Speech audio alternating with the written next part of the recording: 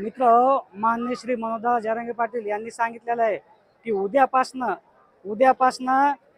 मनोजदादा जरांगे पाटील हे आमरण उपोषण बगर पाण्याचं करणार आहेत बघा. त्यामुळे येणाऱ्या काळामध्ये हे आंदोलन अधिकच चिघळणार आहे. त्यामुळे येणाऱ्या काळात जो गरीब असलेला मराठा आहे त्यांनी 7 किंवा 8 तारखेला मुंबईकडे कूच करायचे हे दादांनी सांगितलेलं आहे. त्यामुळे सरकारला येणाऱ्या काळामध्ये घाम फोडायचा आपल्याला. एक मराठा लाख मराठा.